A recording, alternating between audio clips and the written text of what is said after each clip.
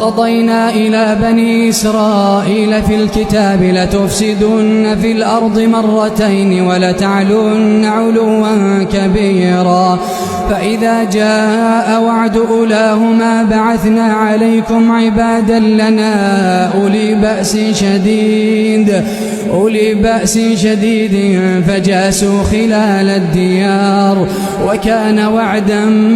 مفعولا ثم رددنا لكم الكرة عليهم وأمددناكم بأموال وبنين وجعلناكم أكثر نفيرا إن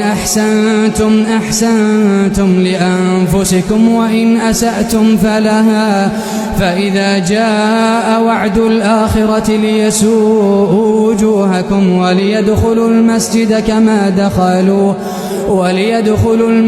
كما دخلوه أول مرة